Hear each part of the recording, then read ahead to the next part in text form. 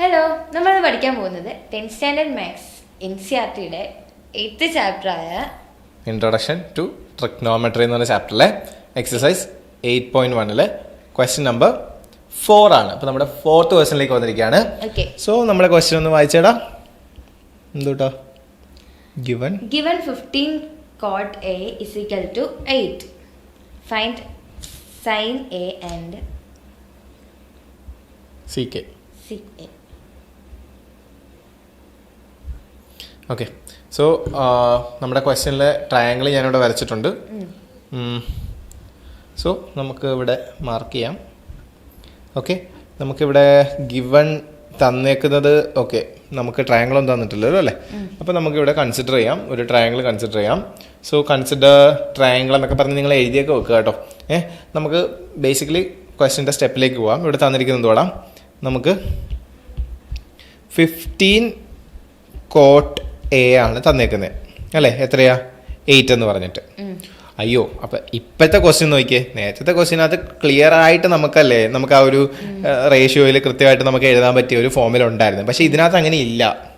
നോക്കിക്കഴിഞ്ഞാൽ അങ്ങനെ ഇല്ല, പക്ഷെ ഒന്നുകൂടെ നോക്കിക്കഴിഞ്ഞാൽ അതുണ്ട്. നോക്കിയടാ, കോട്ട് എ എന്ന് മാത്രം എടുത്തിട്ട് ഞാൻ ഈ 15 ഇപ്പുറത്തേക്ക് കൊണ്ടുപോകാമല്ലോ. എന്താകും? ഇവിടെ ഇൻറ്റു ആണ് അല്ലേ, അപ്പുറത്തേക്ക് വന്നിട്ട് ബൈ ആകത്തില്ലേ. അപ്പം നോക്കിയേ, 8 ഡിവൈഡഡ് ബൈ 15 എന്ന് എനിക്ക് വൃത്തിയായിട്ട് എഴുതാം. മനസ്സിലായോ? അപ്പം ഇവിടെ ഇൻറ്റു ആണ്, ഇപ്പുറത്തേക്ക് വരാൻ നേരത്തെ എന്താവും? ഡിവൈഡ് ആകും. സോ 8 ഡിവൈഡഡ് ബൈ 15 എന്ന് ഞാൻ എഴുതി. കോട്ടിന്റെ വാല്യൂ നമ്മൾ നന്നായിട്ട് പഠിച്ചായിരുന്നു. എന്തുവാടാ? കോട്ട് ഇസ് ഈക്വൽ ടു എന്തുവാ? അഡ്ജസെന്റ് ബൈ ഓപ്പോസിറ്റ് അല്ലേ. നമ്മൾ ടാനിന്റെ നേരെ ഓപ്പോസിറ്റ് ആണ്. ഓപ്പോസിറ്റ് ബൈ അഡ്ജസന്റ് നേരെ ഓപ്പോസിറ്റ്, അഡ്ജസന്റ് ബൈ ഓപ്പോസിറ്റ്. ഇത് നമ്മൾ പഠിച്ചതാണ്. ഇനി നമുക്ക് അപ്പോഴത്തേക്കും അഡ്ജസന്റ് നമുക്കിപ്പോൾ ഇട്ട് കൊടുക്കാം. എ ആണ് നമുക്ക് തന്നേക്കുന്നത് അല്ലേ, എല്ലാം എ ആണ്. സോ എ എന്ന് പറയുന്നത് ഏതെങ്കിലും ഒരു ആംഗിൾ ആയിരിക്കും. ഞാൻ സൈഡിൽ ആംഗിൾ വരച്ചു. അപ്പം ഇവിടെ നമുക്ക് ബി ഇടാം, ഇവിടെ സി ഇടാം. ഓക്കെ, അപ്പം എയുടെ ബേസിൽ ഞാൻ എഴുതാൻ നേരത്തെ ഇതെന്തുവാണ്? ഇത് ഹൈപ്പോട്ടന്യൂസ് ആയിരിക്കും, ഒരു മാറ്റവും ഇല്ല. ഇതാണ് ഓപ്പോസിറ്റ്, ഇതാണ് അഡ്ജസന്റ്. ഓക്കെ, ഇനി ഇവിടെ തന്നിരിക്കുന്ന വെച്ചിട്ട് അഡ്ജസന്റ് എനിക്ക് തന്നിട്ടുണ്ട്. അഡ്ജസന്റ് എത്രയാടാ? 8 ആണ്. സോ അഡ്ജസന്റ് ഞാൻ 8 ഇടുന്നു. ഓപ്പോസിറ്റ് എത്രയാടാ? 15 ഇട്ടു. അപ്പൊ നമുക്ക് എത്രയാണ് കണ്ടുപിടിക്കണ്ടേ? ഹൈപ്പോട്ടന്യൂസ്. ഹൈപ്പോട്ടന്യൂസ് കണ്ടുപിടിക്കാനായിട്ട് നമുക്ക് ഡയറക്റ്റ് ഫോമില്ല, നമ്മുടെ Pythagoras theorem. Hypotenuse square is equal to base square plus altitude square അല്ലേ. ഇനി ഞാൻ നേരത്തെ പറഞ്ഞ പോലെ ഇവിടെ കെ ഇട്ട് കൊടുക്കണം. കെ ചുമ്മാ ഇട്ട് കൊടുക്കുക, വലിയ കാര്യമൊന്നുമില്ല, ചുമ്മാ കെ. എന്നിട്ട് നമുക്ക് ഇട്ട് കൊടുക്കാം. സോ ബി സ്ക്വയർ, ബി എന്ന് വെച്ചാൽ ബേസ് എത്രയാ? 8 സ്ക്വയർ എന്ന് പറയാൻ നേരത്ത് നമ്മൾ ഒരു കാര്യം കൂടെ ചെയ്യുക, കെ ഹോൾ സ്ക്വയർ എന്നും കൂടി ഇടുക കേട്ടോ. പ്ലസ് ഓൾട്ടിറ്റ്യൂഡ് എന്ന് പറയുമ്പോൾ എത്രയാ? 15 ആണ്. 15k whole square. നമുക്ക് 8ന്റെ സ്ക്വയർ എടുക്കുക, എത്ര കിട്ടും? 64k സ്ക്വയർ ഇടണം. പ്ലസ് ഇതെത്രയാ? 225k സ്ക്വയർ, മറക്കരുത്. സോ ഇത് രണ്ടും കൂടെ പ്ലസ് ചെയ്ത് നമുക്ക് എത്ര കിട്ടൂടാ? നമുക്ക് 289k സ്ക്വയർ എന്ന് കിട്ടും. അപ്പം എച്ച് സ്ക്വയർ ആണ് നമുക്ക് ഇത് കിട്ടിയേക്കുന്നത്. അപ്പൊ എച്ച് എന്ന് പറഞ്ഞാൽ എത്രയാടാ? എച്ച് എന്ന് പറയുമ്പോൾ റൂട്ട് ഓഫ് ദിസ് അല്ലേ, 289k സ്ക്വയർ. അപ്പം 289ന്റെ റൂട്ട് എടുക്കുമ്പോഴത്തേക്കും റൂട്ട് എടുത്ത് നോക്കുക, കാരണം 17 × 17 ചെയ്യുമ്പോഴാണ് 289 കിട്ടുന്നത്. അപ്പോൾ കെയുടെ സ്ക്വയർ റൂട്ട് ചെയ്യുമ്പോഴത്തേക്ക് നമുക്ക് കെ കിട്ടും. ആ സ്ക്വയർ പോയിട്ട് കെ മാത്രം കിട്ടും. സെറ്റ് അല്ലേ? അപ്പം എച്ച് നമുക്ക് കിട്ടി. എന്തുവാണ്? 17k എന്ന് കിട്ടി. ഓക്കെ ആണോ? ഇപ്പം ഇനി ഞാൻ നിങ്ങൾക്ക് പറയാനുണ്ടെങ്കിൽ ഒരു ചെറിയൊരു കാര്യം പറഞ്ഞുതരാം. നിങ്ങൾ 10ാം ക്ലാസ് ആയതുകൊണ്ട് തന്നെ 1 സ്ക്വയർ 1, 2 സ്ക്വയർ എത്രയാ? 4, 3 സ്ക്വയർ എത്രയാ? 9. ഈ സ്ക്വയർ നമ്പേഴ്സ് മിക്കതും പഠിച്ചു വെച്ചേക്കുക. ഒരു 25 വരെ മാക്സിമം പഠിച്ചു വെച്ചേക്കുക. അങ്ങനെ പഠിച്ചു വെച്ച് കഴിഞ്ഞാൽ ഉള്ള ഗുണം എന്ന് വെച്ച് കഴിഞ്ഞാൽ നിങ്ങൾക്ക് പെട്ടെന്ന് ഇതിൻ്റെയൊക്കെ ആൻസർ ചെയ്യാൻ പറ്റും. അപ്പം 289, അയ്യോ ഇതിൻ്റെ റൂട്ട് എന്തുവാ? കൺഫ്യൂസ് ആവാതിരിക്കാൻ എന്ത് ചെയ്യണം? നമ്മൾ ആ റൂട്ടൊന്ന് പഠിച്ചു വെച്ച് കഴിഞ്ഞാൽ ഓക്കെ 289 17 ആണെന്ന് തോന്നുന്നു, പെട്ടെന്ന് നമുക്ക് കിട്ടും.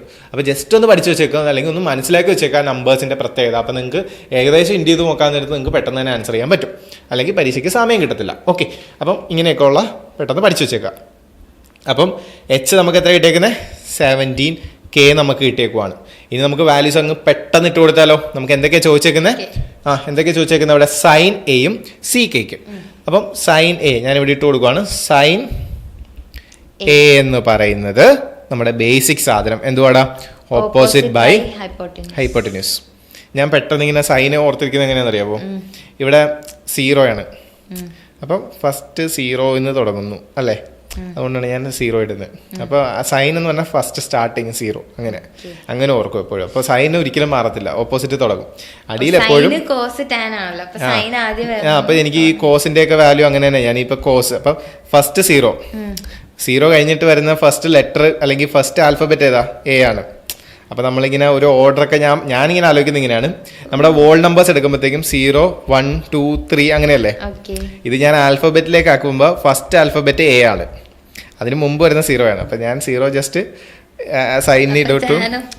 ടാൻ വരുമ്പോഴത്തേക്കും ഞാൻ അങ്ങനെ തന്നെ ഈ ഞാൻ നേരത്തെ പറഞ്ഞില്ലേ, ഇപ്പൊ ടാൻ എ എന്ന് പറഞ്ഞ് ഞാൻ കണ്ടുപിടിക്കുന്നത് എങ്ങനെയാന്ന് വെച്ച് കഴിഞ്ഞാൽ ഈ രണ്ട് സാധനവും കട്ടിതം കളയും. അപ്പം ഓപ്പോസിറ്റ് ബൈ അഡ്ജസന്റ് എന്ന് വരും. അങ്ങനെ ഇനി ഇതിനകത്ത് തന്നെ ഞാൻ നേരത്തെ നമ്മൾ ഒന്നും കൂടെ പഠിച്ചായിരുന്നു. എന്തുവാ? കോട്ട് നമ്മൾ പഠിച്ചു. കോട്ടെന്ന് പറഞ്ഞാൽ എന്തുവായിരുന്നു? കോട്ടെന്ന് പറയാൻ നേരത്ത് ടാൻ്റെ നേരെ ഓപ്പോസിറ്റ് ആണ് അല്ലേ, ഇത് എ ബൈ ഒ ആണ്.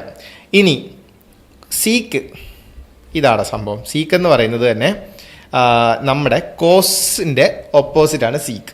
അപ്പം പറയാലോ, ഹൈപ്പോട്ടന്യൂസ് ബൈ സെറ്റ് അല്ലേ. അപ്പൊ ഇത്രയുള്ള കാര്യം. അപ്പൊ ഇനി ഒരെണ്ണം കൂടെ നമുക്ക് പഠിക്കാനുണ്ട്, അത് കൊസീക്കാണ്. കൊസീക്ക് എന്ന് പറയുന്നത് എന്തുമായിരിക്കും? Hypotenuse by opposite. നേരെ തലതിരിച്ചാ വരുന്നത്. അപ്പൊ ഇതിന്റെ ഓപ്പോസിറ്റ് ആണ് സീക്ക്, കൊസീക്ക്.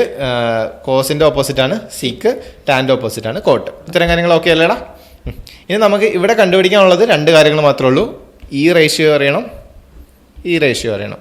നോക്കിയാലോ, സൈൻ എ എന്തുവാ? സൈൻ എ എന്ന് പറയുന്നത് എന്തുവാടാ? ഓപ്പോസിറ്റ്. സോ ഓപ്പോസിറ്റ് എന്ന് പറയുമ്പോൾ എന്താടാ? സൈൻ എയുടെ ഓപ്പോസിറ്റ് വരുന്നത് എന്തുവാ? ഇതല്ലേ, b c. So b c by hypotenuse ഏതാ? A c. So b c by a c എത്രയാ? ബി സി എന്ന് പറഞ്ഞാൽ എത്രയാ? 15 ബൈ എ സി എന്ന് പറഞ്ഞാൽ 70. സോ ഫസ്റ്റ് ആൻസർ നമുക്ക് കിട്ടി 15/70. ഓക്കെ ആണല്ലോ. ഇനി നമുക്ക് ഒന്നുകൂടെ കണ്ടുപിടിച്ചാൽ പോരെ. Seek A എന്തുമായിരിക്കും? സീക്ക് എന്ന് പറയുന്നത് എന്തുവായിരുന്നു? ഹൈപ്പോട്ടന്യൂസ് ആദ്യം എഴുതണം. എന്ന് വെച്ചാൽ എ സി ബൈ പിന്നെ അഡ്ജസന്റ് എന്തുവാ? A B. ഓക്കെ. സോ എത്ര ഇട്ട് കൊടുത്തു കഴിഞ്ഞാൽ 17/8 അല്ലേ? ഇത്ര ഉള്ളു സംഭവം. സെറ്റ് അല്ലേ? അപ്പം ശരിക്കും പറയുകയാണെങ്കിൽ ക്വസ്റ്റ്യൻ ഒക്കെ സിമ്പിളാണ് അല്ലേ, ഭയങ്കര ബേസിക് ക്വസ്റ്റ്യൻസ് ആണ്. പക്ഷെ നമ്മൾ ട്രിഗ്നോമെട്രി എന്നൊക്കെ പറയാൻ നേരത്ത് അയ്യോ ഭയങ്കര കുറേ ഉണ്ടെന്നൊക്കെ പറഞ്ഞ് ആലോചിക്കും. പക്ഷെ ഒന്നുമില്ല, ബേസിക്കലി ഇത്രയൊക്കെ തന്നെ ഉള്ളൂ. ഇങ്ങനെ പഠിച്ചു വെച്ച് കഴിഞ്ഞാൽ ഓക്കെ ആവും. അപ്പം ഓരോരോ ക്വസ്റ്റ്യൻസ് ഇപ്പം നമ്മൾ പഠിച്ചു, അത് കഴിഞ്ഞിട്ട് മറന്നു പോകാനുള്ള ഒരു ചാൻസ് ഉണ്ട്. അതുകൊണ്ട് നമ്മൾ എന്ത് ചെയ്യുക, ഒന്ന് റിപ്പീറ്റ് ആയിട്ട് ചെയ്ത് നോക്കുക, അത്രേ ഉള്ളൂ. ക്വസ്റ്റ്യൻസ് ഒക്കെ സെയിം പാറ്റേണിൽ തന്നെയാണ് പോകുന്നത്. നമ്മളൊന്ന് ആലോചിച്ച് കഴിഞ്ഞാൽ ഒരു ക്വസ്റ്റിനകത്ത് നിന്ന് മറ്റേ ക്വസ്റ്റിനിലേക്ക് പോകുന്നത് കണക്റ്റഡ് ആണ് അല്ലേ. നമ്മൾ കുഞ്ഞിലെ പഠിച്ചിട്ടുള്ള കുറച്ച് കാര്യങ്ങളൊക്കെ വെച്ചിട്ടാണ് അടുത്ത ക്വസ്റ്റിനിലേക്ക് പോകുന്നത്. അപ്പം കണക്ട് ചെയ്ത് പഠിക്കുക. അപ്പം എന്തെങ്കിലുമൊക്കെ ഡൗട്ട്സ് ഉണ്ടെങ്കിൽ കമൻറ്റ് ചെയ്യുക. നമുക്ക് അടുത്ത വീഡിയോ ആയിട്ട് കാണാം. Thank you.